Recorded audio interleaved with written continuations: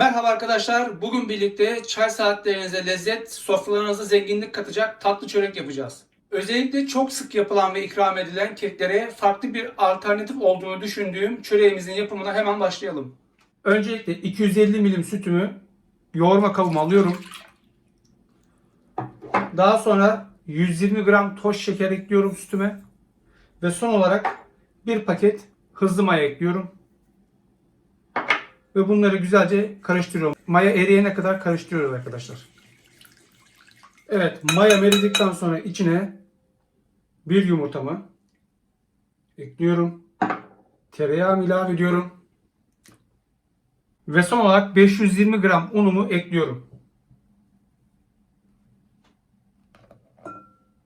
Yaptıktan tadına baktıktan sonra seveceğinize hiç şüphem yok. Unumun tamamını ilave ediyorum arkadaşlar. Önce bir kaşık veya spatula yardımıyla şöyle bir karıştırıyorum ben. Elime yapışmasın diye. Daha sonra elimizle yoğurma işlemine devam edeceğiz. Malzemelerin oda sıcaklığında olmasına dikkat edin. Yoğururken zorluk çıkarmasın olur. Evet, hamurum kıvam aldı arkadaşlar. Şimdi kuvvetli bir şekilde 15-20 dakika arası elimizle yoğuruyoruz. Hamurum yoğruldu benim. Gayet yumuşak ve güzel bir hamur elde ettik. Görmüş olduğunuz gibi arkadaşlar size. Elastik, yumuşacık. Kıvam böyle. Güzel bir hamur elde ettik. Şimdi zamanınız varsa benden tavsiye size 2 saat boyunca oda sıcaklığında mayalandırın. Eğer zamanınız yoksa 1 saatte yeterli olacaktır. Ama size tavsiyem benim 2 saat boyunca mayalandırma. Şimdi şöyle bir beze yapıyorum. Alıyorum kabıma tekrar. Şimdi kalıbımızı yağlayalım. Hamurumuz mayalandı. Mayalanan hamuru tezgahıma alıyorum. Önce biraz uzatıyorum tezgahıma yapışmaması için. Hamurumu tezgahıma alıyorum. Hamurumuzu rulo haline getiriyoruz, açıyoruz.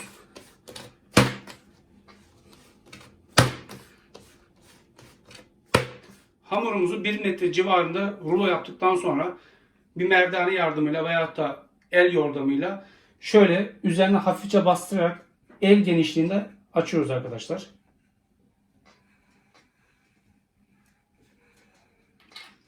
Hamurumuzu açtıktan sonra içine çikolatalı fındık kreması ilave ediyoruz. Şöyle kaşık yardımıyla.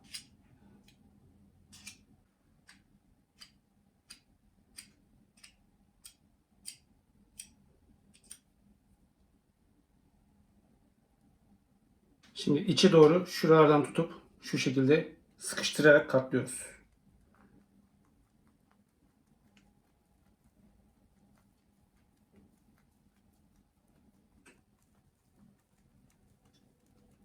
İyice yapıştırdığınızdan emin olun.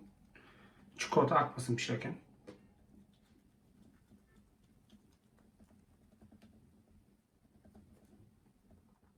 Hamurumuzu kapattıktan sonra şöyle tutup burgu haline getiriyoruz arkadaşlar. Şu şekilde açarak burgu haline getiriyoruz.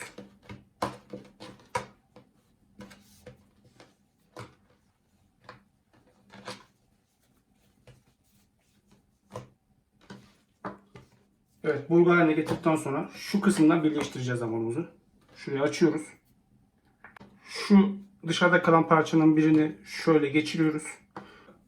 Şöyle bir düğüm haline getirin. Çıkmasın tekrardan çünkü mayalanmaya bırakacağız. Hamurumuz hazır. Şimdi yağlamış olduğumuz kalıbımızı alalım. Evet, hamurumuzu yağlamış olduğumuz kalıbımıza alıyoruz. Üzerini kapatıp 1 saat daha mayalandırıyoruz bu şekilde. Hamurumuzu 1 saat daha beklettik. Şimdi üzerine yumurta sarısı sürüyoruz. Nazikçe hırpalamadan hamuru söndürmeden yumurta sarısı sürüyoruz.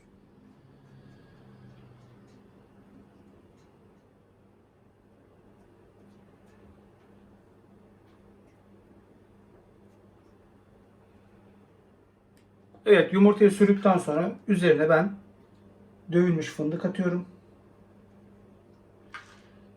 Şöyle aralıklı aralıklı. Diğer tarafa da file badem atacağım. Siz elinizde ne varsa ceviz olur, fındık olur, başka şeyler olur, kuru yemişler olur. Onlardan atabilirsiniz. Evet arkadaşlar, fındıklarımı attım. Şimdi bir kısmına da file badem atacağım.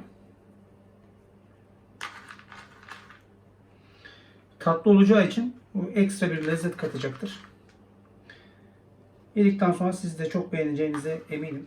Evet arkadaşlar, çöreğimizi hazırladık. Şimdi önceden 180 derece ısıtmış olduğumuz fırında yarım saat pişireceğiz. Fırından fırına farklılık gösterebilir. Üzeri kızarıp biraz kabarınca olmuş demektir.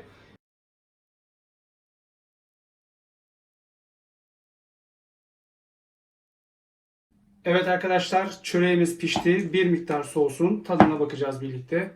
Çok güzel gözüküyor. Çok güzel kokuyor. Görmüş olduğunuz gibi çok yumuşak. Şimdi keselim. İçine bakalım. Tadına bakalım.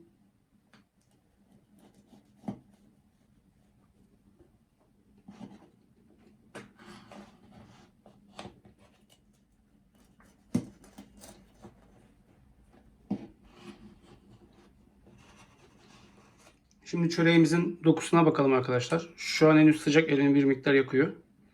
Şöyle alıyorum.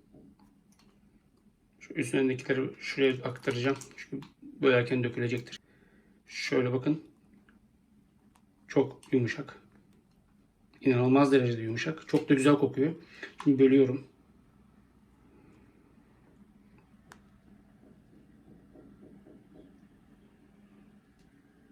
Yumuşacık. Görmüş olduğunuz gibi çikolatası pişmemiş. Akışkan bir halde duruyor hala. Müsaadenizle tadına bakıyorum şimdi.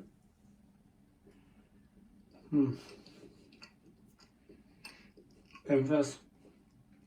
Yumuşacık, harika. Bugün birlikte yumuşacık, içi çikolatalı, buram buram kokan tatlı çörek yaptık arkadaşlar.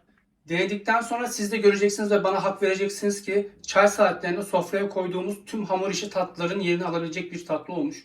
Bir an önce denemenizi tavsiye ediyorum. Paylaştığınız herkes tarifi kesinlikle sizden isteyecek çünkü çok sevecekler. Siz de lütfen arkadaşlarınızı kanalıma yönlendirin. Bir sonraki güzel, leziz, harika tarifli görüşünceye dek sofranızdan bereket, tabağınızdan mutluluk eksik olmasın. Hoşça kalın, afiyetle kalın.